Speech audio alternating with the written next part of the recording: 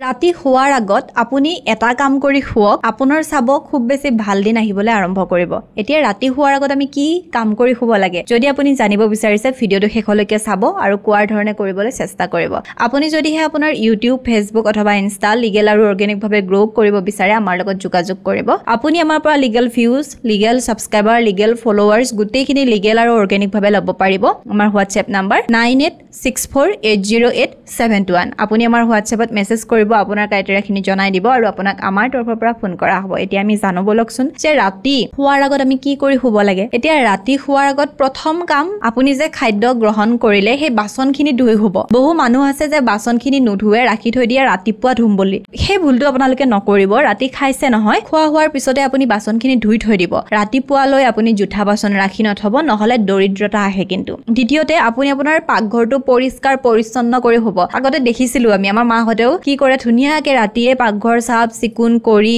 হাৰি মচি ধুনীয়াকে পৰিষ্কাৰ কৰি থৈ দিয়ে যাতে ৰাতিপুৱা শুই উঠি এটা ধুনীয়া পৰিৱেশ দেখিবলৈ পোৱা যায় কিন্তু আজিকালি বহুতৰ ক্ষেত্ৰত দেখা পোৱা যায় ৰাতি খাইছে বাচন বেচিনত পেলাই থৈ দিছে ধোৱা নাই তেনেকে শুই গৈছে ৰাতিপুৱা আকৌ উঠি জুঠা বাচনখিনি চাবলৈ পায় তেনেকুৱা ভুল নকৰিব ৰাতি খাইছে ৰাতিয়ে ধুব ৰাতিৰ পাকঘৰ ৰাতিয়ে আপুনি পৰিষ্কাৰ কৰিব ৰাতিপুৱালে নথব আৰু তাৰ পিছত একেবাৰে মেইন কামটো যেটো আপুনি কৰিব হেতু হৈছে যেতিয়া আপুনি বিছনাত শুবলৈ যাব শুৱাৰ আগতে আপুনি আপোনাৰ ভৰি দুখন ধুব পৰিষ্কাৰ কৰি ভৰি দুখন ধুইহে আপুনি বিছনাত উঠিব তাৰ পিছত আপুনি শুব তাকে নকৰি আহিছে কাম কৰিছে বহুত ভাগৰ লাগিছে খালু বলু শুই যাওঁ আৰু বুলি আপুনি ডাইৰেক্ট শুই নাযাব আপোনাৰ ভৰি দুখন ধুইহে কিন্তু শুব চাব আপোনাৰ লাহে লাহে বেয়া দিনবোৰ নোহোৱা হ'বলৈ আৰম্ভ কৰিছে আচলতে নীতি নিয়মবোৰ সেই কাৰণে আমি মানুহ যাতে ই আমাৰ জীৱনত এটা পজিটিভ সেন্স দিয়ে গতিকে আপুনি যদি বিচাৰিছে আপোনাৰ জীৱনত পজিটিভ সেন্স এটা আহক এইখিনি কাম কৰিব